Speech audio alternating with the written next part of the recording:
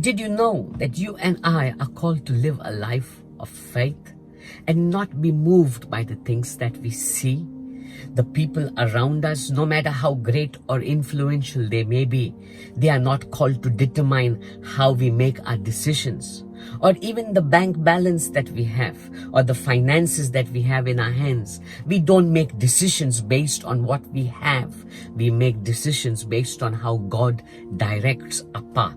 We walk by faith and not by sight. But do you know that when we are people who are moved by what we see, we stop ourselves from achieving much that God has kept for us, from realizing all that God has for us. Let us not be moved by sight, but be moved by faith. When we open up our Bibles to 1 Samuel chapter 17 verse 24, it reads there, all the men of Israel, when they saw the man, fled from him and were much afraid. You see, all the people of Israel, when they saw Goliath, they were moved by the size of Goliath. They were moved by the stature and the power of Goliath, and they were much afraid.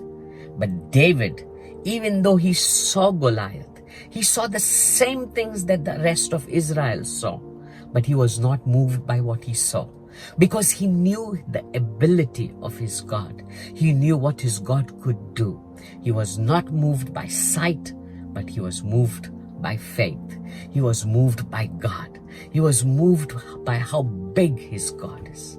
I want to encourage you. Maybe you're going through a crisis, or maybe there are things happening around you that are trying to suffocate you, or maybe there are people that are trying to intimidate you and put fear within you.